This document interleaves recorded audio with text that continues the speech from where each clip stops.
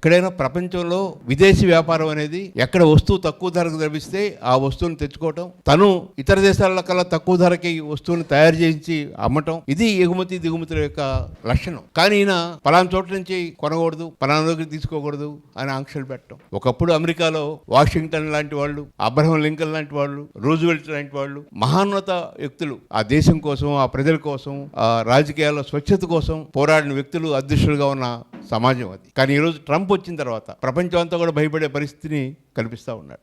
ప్రపంచవ్యాప్తంగా ప్రజలు ట్రంప్ని వెలివేసే విధంగా ప్రపంచ వాణి వినిపించేటట్టుగా మనం కృషి చేయాల్సిన అవసరం ఉంది. అలా అన్ని దేశాల నుంచి అలాంటి మార్పు రావాలి. అమెరికాలో కూడా అక్కడున్న డెమోక్రటిక్ పార్టీ చాలా స్పష్టంగా చెప్తుంది, చాలా తప్పు, కాంగ్రెస్ అనుమతి లేకుండా ఇలాంటి చర్యలు తీసుకున్నాడు అని చెప్పడం. న్యూయార్క్ మన మేయర్గా గెలిచిన వ్యక్తి చాలా బహిరంగంగా ట్రంప్ తప్పు చేస్తున్నాడు, ఇది కరెక్ట్ కాదని చెప్పని వారు చెప్పడం. సో అమెరికా ప్రజల్లో కూడా వ్యతిరేకత వస్తూ ఉంది. కొన్ని వేల మంది నిరసన తెలియజేస్తూ రోడ్డు మీదకి వస్తున్నారు.